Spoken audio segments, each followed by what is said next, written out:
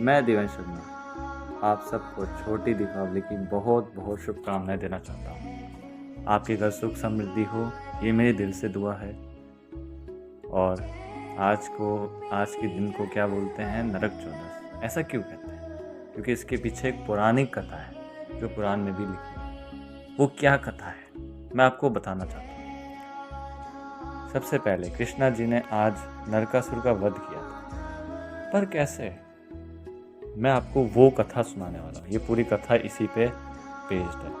तो नरकासुर की back story जान लेते। सबसे पहले वो एक राक्षस था जिन्होंने ब्रह्मा जी से वरदान लिया था। तपस्या करी थी, घोर घोर तपस्या करके उन्होंने वरदान लिया। क्या लिया? कि वो ना मनुष्य द्वारा ना इन देवताओं द्वारा, किसी के द्वारा, इन दोनों के द्वारा नहीं वध हो सकता उनका। ठीक है, ये वरदान लिया। उसके बाद उनकी माता ने भी उनको वरदान दिया था, मतलब नरकासुर की माता ने भी उनको वरदान दिया। क्या दिया? कि वो एक स्त्री के द्वारा ही उनका वध हो सकता है। ठीक है, ये दोनों वरदान उन्हें मिले, जिसकी वजह से उसको बहुत अहंकार आ गया अपने ऊपर, और उन्होंने देवताओं ऋषियों को तंग करना स्टार्ट कर दिया। सारे धार्मिक काम होते उसमें बाधा बनता ये राक्षस। कोई भी यज्ञ होता तो बाधा बन जाता, खराब कर देता सब कुछ। तो ऋषियों को तंग कर दिया, देवताओं को भी तंग करने लगा। इंद्रलोक भी गया, इंद्र जी से भी युद्ध किया, लेकिन इंद्र जी भी उनसे युद्ध कर ही नहीं पाए, क्योंकि वो देवता थे और उनके वरदान था। ठीक है, वरदान की वजह से जो मैंने बताया। तो हुआ ये, फिर इंद्रलोक में सभी देवताओं बड़े परेशान हो गए, और इंद्रदेव जी भी हार गए थे। और एक और चीज़, उन्होंने इंद्रदेव के जो देवी माता है उनके कानों के कुंडल भी ले लिए थे। तो ये भी एक मतलब डिसरिस्पेक्ट थी।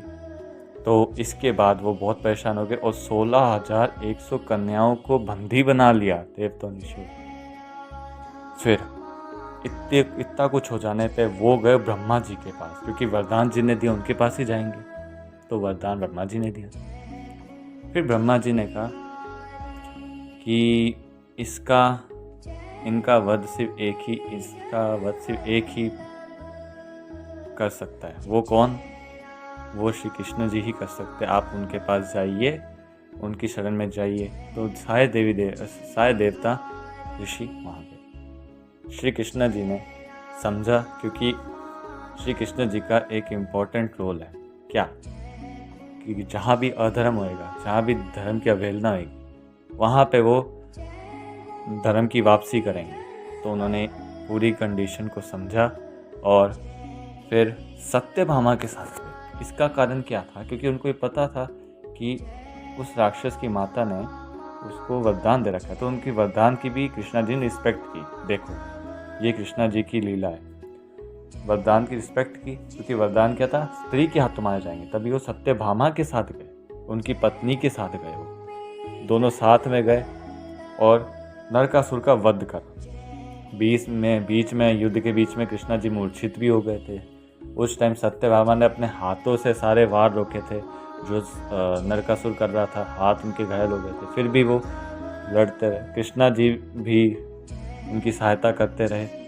आखिर में जाके कृष्णा जी ने अपना सुदर्शन चक्र चलाया और उनको 2 भागों में काट दिया और उनका वध हो गया, जिससे नरकासुर का वध हुआ। और नरकासुर की माता ने वो कानों के कुंडन भी वापस कर दिए और कहा आज के दिन को मातम में नहीं मनाना चाहिए, क्योंकि उनकी माता भी परेशान थी कि ये जो अधर्म किया करता था उनका बेटा राक्षस। ठीक है, तो माता ने कुंडन दिए और आज के दिन को पर्व के नाम से जानना चाहिए। तो आज के दिन को हम क्या बोलते हैं?